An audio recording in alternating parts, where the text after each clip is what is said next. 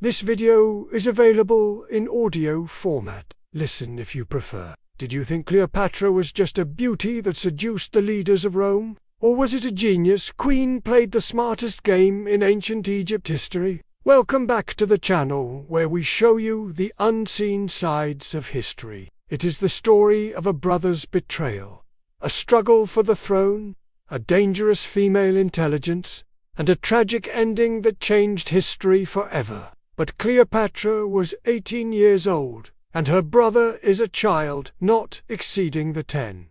At first, their photos on coins appeared together. After receiving intelligence that Caesar had been killed, he began to harass her. She was forced to flee once again, but this time she had to disguise herself to get away. The Senate in Rome was outraged by this decision. Part of the empire was ruled by women. Cleopatra tried to comfort him, but he could not forgive himself. People opened the doors to him as if expecting a savior.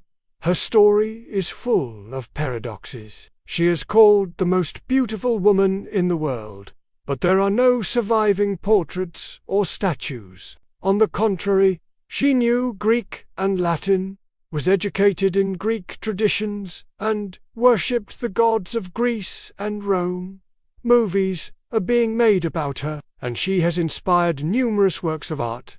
What intrigues us about her is her ability to speak several languages, her intelligence and knowledge, and of course, her love affairs with the most powerful men of her time. In history, there are few women who can compare with Cleopatra in terms of intelligence and determination. She played the game of world politics as well as any professional politician and statesman could. She showed courage, cunning, and a willingness to take risks. She used her intelligence and knowledge to great effect. Most importantly, she was ambitious and ruthless. She was ready to go to any lengths to achieve her goals. Some believe that Cleopatra was black, and that her beauty was exotic for the inhabitants of that time. Don't forget to subscribe to the channel, because we have more stories that you won't find in history textbooks, and if you liked the story, share it with your loved ones.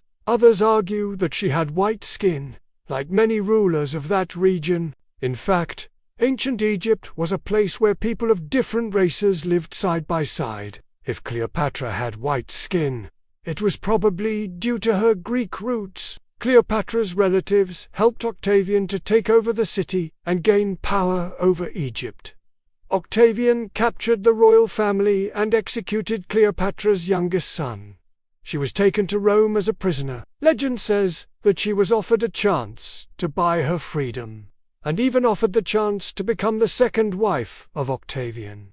However, Cleopatra refused. She preferred death to becoming the wife of her enemy. She was executed on August 12, 30 BC. Caesar and Caesar, Cleopatra's children, were murdered. The Ptolemies dynasty ended with them. Egypt became a province of Rome. He drew his sword and fell on it. Cleopatra refused to live without her beloved. Her handmaidens brought her a phial of medicine. It was supposedly a deadly poison. The queen drank it, but it was not instant. According to legend, Cleopatra laid down next to Mark Antony's body, leaving instructions to release her poisonous snake so it could bite her and kill her. The snake approached the sleeping queen, but did not bite her. Cleopatra waited for hours, but the snake either did not feel like biting her or was afraid to do it. Then she picked it up and put it in her bosom, embracing it. That's how she died, embracing a snake, as the legends say. Their marriage was blessed by the god of the Nile and celebrated throughout Egypt. From this union, 2 children were born, twins, a son, Ptolemy, and a daughter, Cleopatra Selene. For Cleopatra, this marriage was beneficial because she now controlled the most powerful part of the empire. Also, Antony granted her the right to mint her own coins, and propaganda in Egypt glorified her as the new Isis. Cleopatra used this opportunity to turn her image into a symbol of Egyptian revival.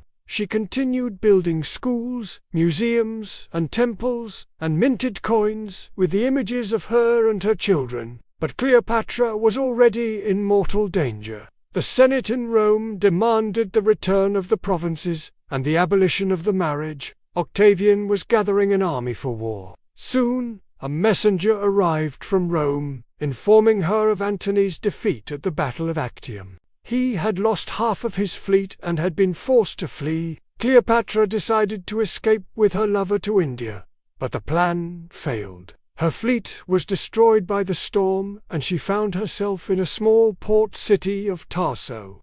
When she left, she was pregnant with twins, sons of Mark Antony, who had come to visit her. According to one version, Cleopatra hid in a basket that was rolled up to Julius Caesar's palace. According to another version, she hid under the floorboards of a ship. According to the third version, she hid under the rug.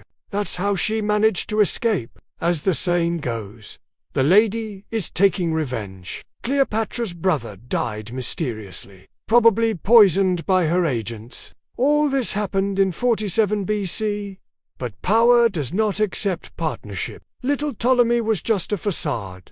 Behind him was a group of aspiring advisors who were actually ruling the state. She gave birth to a son of Julius Caesar named Caesar, and began to prepare her son to be the heir to the throne in Egypt and possibly Rome as well. But things didn't go as she wanted. In Rome, Julius Caesar was assassinated, and alliances turned. Cleopatra entered into a new relationship, Mark Antonius, the one whose son she had given birth to. Together they planned to conquer the whole world. Antony was fascinated with Cleopatra and her stories about Egypt. He showered her with luxury gifts and tried to make her his wife. But the marriage was impossible due to the law of Rome. In addition, Octavian, Caesar's adopted son and future Emperor Augustus, was eager to marry Cleopatra. This is how the opposition of these two men began, which would later lead to a confrontation. Soon, Cleopatra felt threatened and realized that if she did not take action soon, she would never be able to reign alone. So she went into exile in Syria. There she made friends with powerful people, including Roman dictator Julius Caesar. He was furious about his father being exiled, and when Pompey arrived, he took over the port of Myam and began looting ships passing through it. This caused the Egyptian fleet to attack him, which led to the Battle of the Nile, which Cleopatra won brilliantly, showing herself to be a capable military strategist. She had a strong navy thanks to her mother, Cleopatra VII, who had been adding to it since her husband's death. The Romans lost 80 warships and 200 smaller boats. Pompey was forced to retreat to Athens, where Caesar's assassins had fled. The city of Alexandria became the center of trade for all of the eastern Mediterranean, and Cleopatra strengthened her ties with Rome.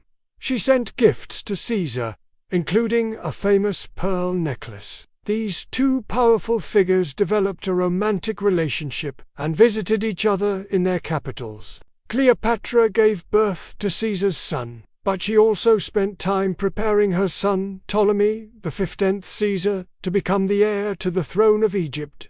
She built schools and libraries, established scientific research centers, and reformed the Egyptian calendar. It was also during this time that the famous film industry of Alexandria. Under her reign, Alexandria became one of the largest cities in the world. Stay with me. This story will not be told to you in this way in the schoolbook. Cleopatra's story is bigger than a picture on the walls of the Italian Museum. Part 1. The Queen and the Carpet. Cleopatra was born 7 years 69 BC, in Alexandria, the capital of culture and science of that age. Her birth name was Cleopatra Thea. She was a descendant of the Plymouths, a general of the Alexander the Great army. Cleopatra was not Egyptian by origin, but Greek. But she was the first to learn the Egyptian language from her family, and she spoke more than 9 languages. She was a philosopher, reader, adept diplomacy and mythical, beautiful. She believed that strength came not only from the army, but from the word, mind, and gaze. After the death of her father, Ptolemy, he recommended that Cleopatra rule with her brother Ptolemy XIII. But her brother Ptolemy, who was still the nominal pharaoh, was jealous of his sister's success. Part 2. Love in Danger. Cleopatra didn't just judge. Antony divided the empire into 3 parts, and proclaimed, Cleopatra, Queen of the East, Part 3. Last scene. When the messenger brought the news of their defeat, Antony believed that everything was lost. Soon, Octavian arrived in Alexandria. So was Cleopatra just a beauty that seduced the leaders of Rome? Or was it a genius queen that played the smartest game in ancient Egypt history? Cleopatra was considered the embodiment of the Egyptian goddess Isis. Yet she didn't know the Egyptian language or customs, and yet Cleopatra remains one of the most prominent figures in history. Write in the comments what you think about Cleopatra. Was she a traitor or a smart heroine defending her throne? Did she use beauty or mind?